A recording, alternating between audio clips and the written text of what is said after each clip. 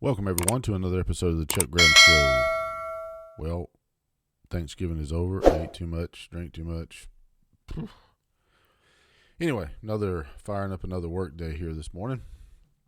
I saw something over the weekend that I wanted to discuss.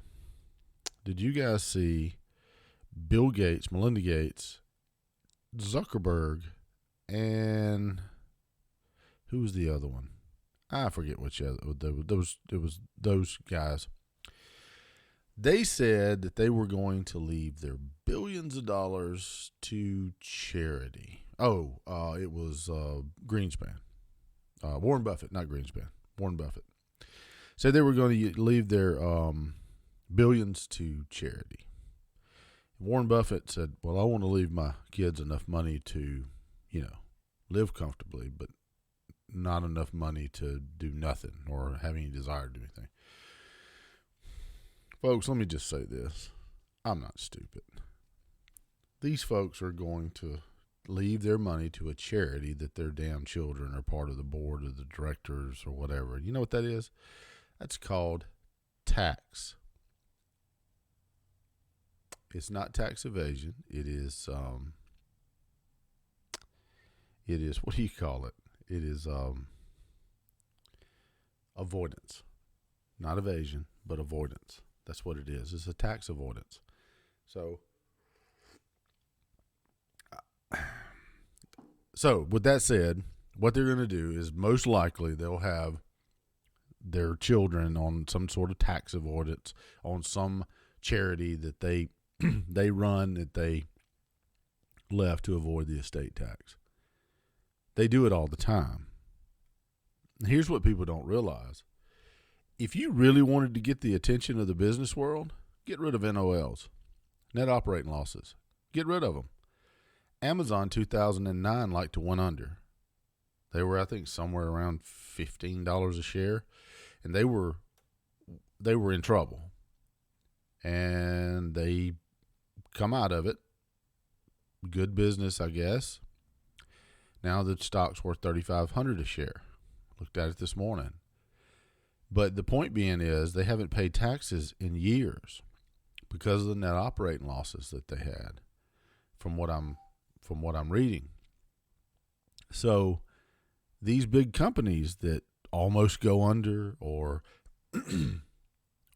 merge with another company and comes out of a Chapter 11 bankruptcy, and they come out of that bankruptcy and they have a net operating loss.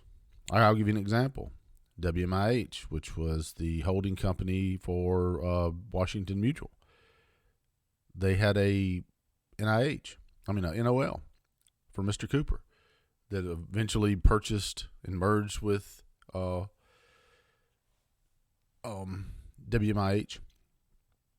And they had a net operating loss of, I think, $6 billion.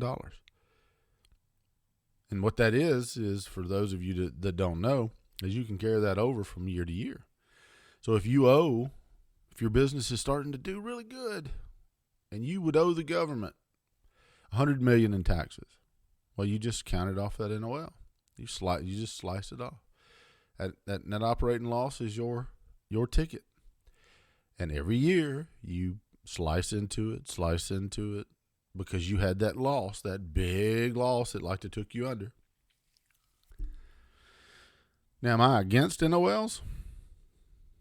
Not per se. I'm just saying if you want to get the attention of the business community and you want to bark about people not paying taxes, then that's the ones you need to bark at. It's your big corporations, and I'm not against big corporations.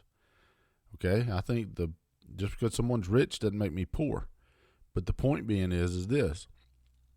If you want to get their attention, then you get rid of that. But they're not going to get rid of that. I also did some research in the 1980s. Do you realize that corporate tax was almost 90%? From what I was reading. And they found so many loopholes in the tax code that only me and you would pay taxes. So when they say, they're against big business, no, they're not. Why do you think most of your CEOs are or leftist. Anyway, I just thought it was a bunch of bullshit and hypocrisy on a mass scale. Now, here's my other take on that. You're going to raise your kid in that type of environment. You're going to provide. I think Bill Gates bought the 2 houses around him so he didn't have to have neighbors. I think that's what I read on years ago when he was, CEO of Microsoft, and he was in the peak of his whatever. You're going to do that, right? You're going to have your children in that type of lifestyle. You're going to provide them with all the things that the money can provide them. And then you're going to just leave them $10 million. I think Bill Gates said $10 million apiece. That's a lot of money, isn't it? Sure. For me and you. But it won't pay for the lifestyle that they have been afforded or that they're accustomed to. I think I was reading yesterday on one of the forums that Shaq told his kids, and I don't know if this is true or not, but he told his kids that I'm rich. We're not rich. So, but Shaq's wealthy too, but he's not a billionaire unless he is, and I didn't know it. But when you're talking, Zuckerberg, 138 billion, Bill Gates, 126 billion, his wife's 5.6 billion. I don't know how in the hell he escaped that, but unless she just gave the rest of it away. Here's what I would say. If they're doing it as a tax avoidance, well, kudos to them if it's legal. If they're doing it because they really want to strip their kids of their fortune, then fuck that. I'd leave it to my kids and let them decide. I'm dead anyway. What do I give a shit? I'm not going to leave it to a bunch of people that's going to squander it anyway, depending on what charity. And there's not a whole lot of them that's worth a damn. I mean, hell, look at the Wounded Warrior Project back a couple of years ago. They were caught in a damn scandal doing all kinds of shit. Yeah, I don't trust any of that mess. So if they want to do that, fine. I just think it's hypocrisy at the mass scale. It's not like Zuckerberg, actually. If he wants to leave it to somebody, why don't he leave it to the Harvard guys that he stole the idea of Facebook from? I mean, you don't have to go any further than watch the movie about him. I mean, hell. Why don't he leave his fortune to them? But no. I think he ended up settling out of court with them, or settling for $65 million. Small price to pay to steal somebody's idea. Allegedly. All right, folks, that's going to do it for me today. I just wanted to rant on the billionaires. I'm not against billionaires. I think that, how much money is enough? Just a little bit more. I mean, make as much as you can. Shit, who cares? And if you're fortunate enough to come up with an idea that makes you billions of dollars, then I don't expect you to give it to anybody, especially the damn government. Just wait. You're going to find out that those charities are not just charities. I want to make sure my kids understand the value of $1. Well, if you hadn't instilled that shit in them by the time they get old enough to inherit the money, well, it ain't happening.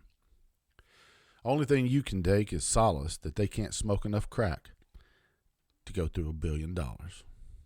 And with that, I'm out of here. If you like this content, join, subscribe, notification. And if you want to support the show, it's charlesgrim.com. See you guys later.